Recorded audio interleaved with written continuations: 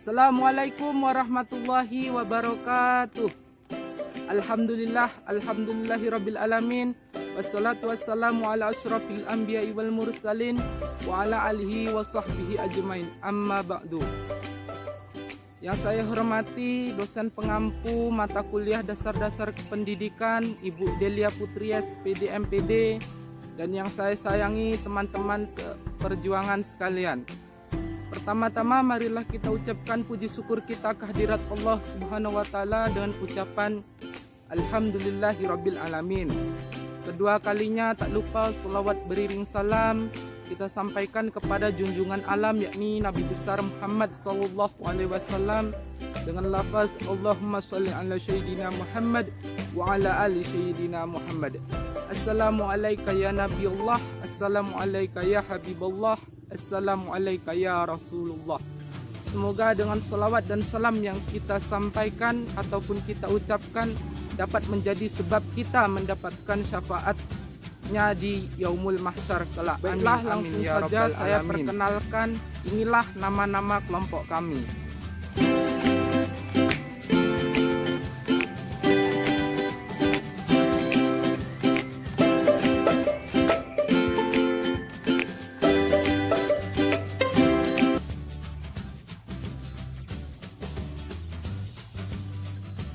Itulah tadi nama-nama kelompok kami.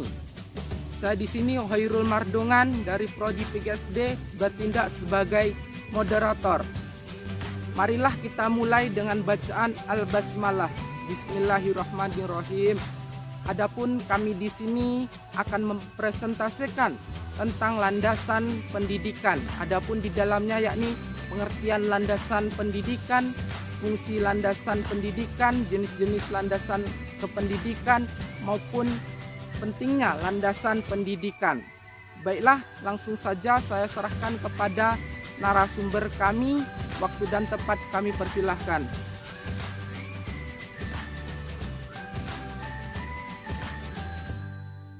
Baiklah, perkenalkan, nama saya Rahmi Julianda, Prodi dari PGSD. Saya akan membacakan hasil dari presentasi kami yang berjudul Landasan Pendidikan. 1. Pengertian landasan pendidikan. Pengertian landasan pendidikan adalah secara laksial, yaitu tumpuan, dasar atau alas. Karena itu, landasan merupakan tempat bertumpu atau titik tolak dasar pijakan. Ini dapat bersifat material, contohnya landasan pesawat terbang, dan dapat pula bersifat konseptual, contohnya landasan pendidikan. Landasan yang bersifat konseptual itu identik dengan asumsi. Adapun asumsi dapat dibedakan menjadi 3 macam, yaitu aksiomat, postulat, dan tersembunyi. Pendidikan antara lain dapat dipahami dari 2 sudut pandang. Pertama, dari sudut praktek sehingga kita mengenal istilah praktek pendidikan, dan kedua dari sudut studi sehingga kita kenal istilah studi pendidikan. Praktek pendidikan adalah kegiatan seseorang atau sekelompok orang atau lembaga dalam membantu individu atau sekelompok orang untuk mencapai tujuan pendidikan. Kegiatan bantuan dalam praktek pendidikan dapat berupa pengelolaan pendidikan maupun makro atau mikro. Dapat berupa kegiatan pendidikan yaitu bimbingan, pengajaran atau latihan. Studi pendidikan adalah kegiatan seseorang sekelompok orang dalam rangka memahami pendidikan. Berdasarkan uraian di atas dapat disimpulkan bahwa landasan pendidikan adalah asumsi-asumsi yang menjadi dasar pijak atau studi pendidikan.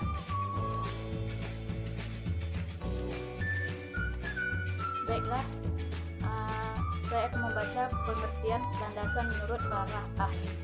1. Priyakarta. Menurut Priyakarta adalah landasan pendidikan adalah suatu proses memasukkan manusia muda. Terdapat 2 tahap, yaitu 1. Homilisasi, yaitu sebuah proses menjadi manusia umum. 2. Humanisasi, yaitu proses menjadinya manusia yang lebih tinggi, cenderung cerdas, bersinar, halus, yang menghargai orang lain. 2.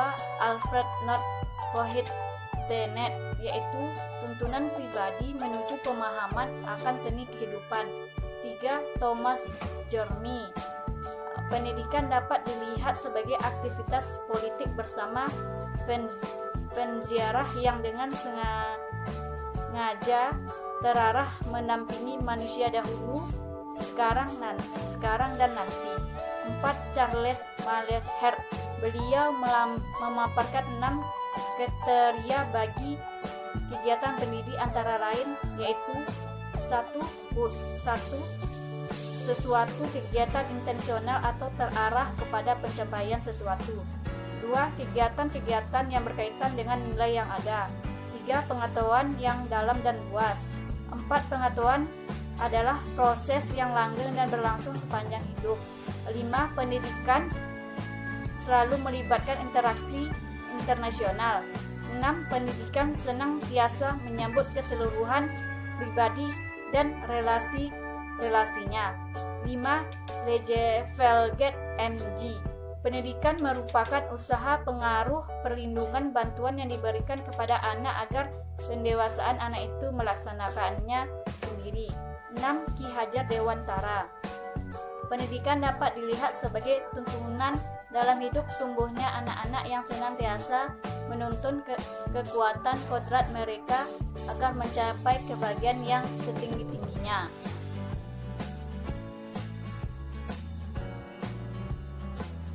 Assalamualaikum warahmatullahi wabarakatuh.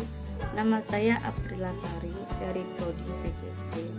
Saya akan melanjutkan penjelasan dari pengertian landasan menurut para ahli yang ke-7, yaitu Lawrence Germain. Pendidikan sebagai usaha sengaja dan sistematis untuk menyampaikan pembangkitan dan memperoleh pengetahuan, sikap-sikap, keterampilan, nilai-nilai dan kepekaan. Ciri-cirinya adalah 1. Kegiatan terarah dan sistematis. 2. Kegiatan yang dilakukan untuk menyampaikan pengetahuan, nilai, sikap, kepekaan, tidak hanya menyangkut pengetahuan saja. Yang ketiga, seorang pendidik harus memperhatikan 3 aspek, yaitu efektif atau ilmu pengetahuan. Yang kedua, kognitif atau penghayatan nilai. Yang ketiga, psikomotorik atau tingkah laku, mampu menjalankan operasi bagian tubuhnya atau fungsi. Yang kedelapan, menurut Umar Tirtaharaja SL Lasulo, dapat dilihat dari segi fungsi. Pendidikan dapat dilihat sebagai 1. Proses transformasi budaya. 2. Artinya membuat budaya akan lebih mampu menanggapi perubahan, membuat ketergantungan berubah menjadi relasi sosial yang tidak lagi bergantung pada orang lain, dan tentu saja pada akhirnya mampu memahami kehidupan budaya itu sendiri. Yang ketiga, proses pembentukan pribadi. Yang keempat, pendidikan diarahkan untuk membuat individu mengetahui lebih banyak hal, menjadikan individual tersebut lebih kuat dengan menghayati nilai-nilai pendidikan yang ada dan menjadi lebih terampil. Yang kelima, proses penyiapan warga negara. Yang keenam, negara memiliki tugas untuk menyiapkan warga yang solidar, dan pendidikan diharapkan mampu menghasilkan warga negara yang toleran dan berbakti kepada negara. Yang ketujuh, proses penyiapan negara. Yang kedelapan, pendidikan bertujuan untuk melatih tenaga-tenaga yang terampil untuk kemudian dipakai sebagai alat-alat masyarakat yang berkualitas.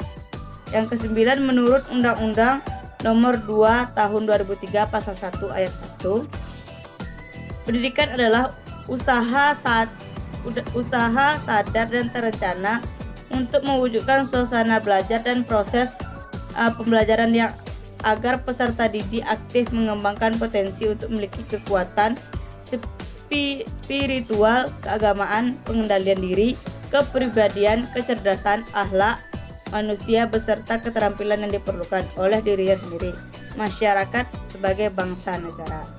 Assalamualaikum warahmatullahi wabarakatuh.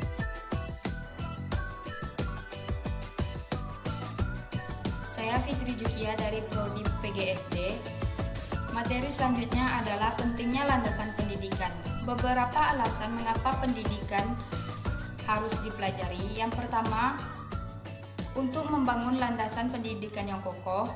Yang kedua, sebagai tolak ukur atau dasar dalam studi pendidikan. Yang ketiga, untuk mencapai tujuan pendidikan nasional. Yang keempat, untuk menjadikan sumber daya manusia yang cerdas.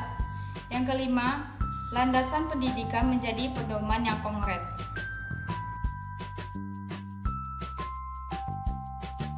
Assalamualaikum warahmatullahi wabarakatuh. Perkenalkan, nama saya Nesa Sugiatiula, NIM 2001033, Prodi PGSD. Baiklah, saya akan mencoba menjelaskan tentang fungsi kependidikan.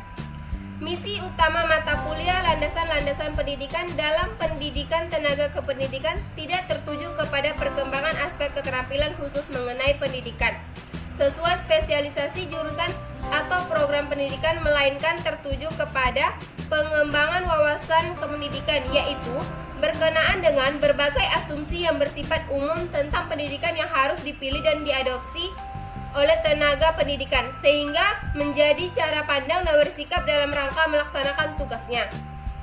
Berbagi asumsi pendidikan yang telah dipilih dan diadopsi oleh seorang tenaga kependidikan agar akan berfungsi memberikan dasar rujukan konseptual dalam rangka praktek pendidikan dan studi pendidikan yang dilaksanakannya.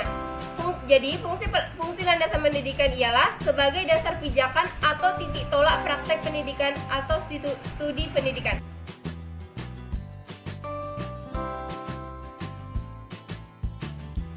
Assalamualaikum warahmatullahi wabarakatuh. Perkenalkan, nama saya Desmini dari Prodi PGSD. Baiklah, saya akan mempresentasikan tentang jenis-jenis landasan kependidikan. Pertama, landasan religi atau agama yang bersumber dari religi atau agama menjadi titik tolak dalam rangka praktek kependidikan atau studi pendidikan.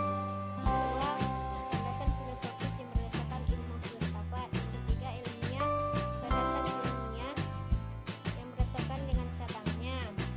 Adapun ruang lingkup landasan pendidikan, yaitu yang pertama, landasan filosofis pendidikan. Dalam kaitannya dengan landasan filosofis pendidikan merupakan titik permulaan dalam proses pendidikan, menjadi titik tolak akan arahnya tujuan dalam pendidikan. Dua, landasan sosiologis. Sosiologis, ilmu yang mempelajari tentang hubungan antara manusia dengan masyarakat, kelompok, dan struktur sosial. Artinya bahwa pemerintah mempelajari bagaimana manusia terhubung dengan manusia lainnya dan bagaimana susunan unit masyarakat untuk sosial di suatu wilayah. Sosiologi pendidikan adalah ilmu pengetahuan yang mempelajari tentang individu dan bermasyarakat. Assalamualaikum warahmatullahi wabarakatuh.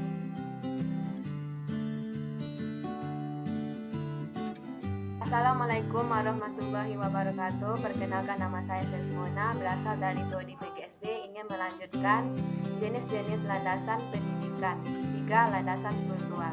Landasan pendidikan kultural ini berangkat dari asumsi yang mengatakan bahwa adanya keterkaitan antara kebudayaan dengan pendidikan. Kebudayaan sebagaimana halnya sistem sosial yang berlaku di masyarakat. Kebudayaan memiliki daya dorong yang kuat serta memberikan rangsangan tertentu. Landasan psikologis. Landasan merupakan ilmu jiwa, yakni ilmu yang mempelajari tentang jiwa manusia. Landasan psikologis pendidikan harus mempertimbangkan landasan psikologis peserta didik. Aspek kejiwaan anak didik harus dikuasai untuk membantu memilih metode dan teknik pembelajaran yang tepat, baik ketika mengajar, membina mental, dan memberikan petunjuk. 5. Landasan ilmiah dan teknologi. Kebutuhan pendidikan yang mendesak cenderung memaksa tenaga pendidikan untuk mengadopsi teknologi dari berbagai bidang teknologi ke dalam penyelenggaraan pendidik. Pendidik bukan hanya berperan dalam pewarisan iptek, tetapi juga ikut menyiapkan manusia yang sadar akan iptek. dan calon pakar iptek itu. Sekian, terima kasih. Assalamualaikum warahmatullahi wabarakatuh. Baiklah, itulah tadi presentase kami tentang landasan pendidikan. Jika ada, itulah tadi presentase kami tentang landasan pendidikan. Baiklah, jika ada salah kata maupun tutur kata yang kurang berkenan di hati, kami mohon maaf sebesar-besarnya. Kami akhiri billahi taufiq wal hidayah wa ridha wal inayah. Assalamualaikum warahmatullahi wabarakatuh.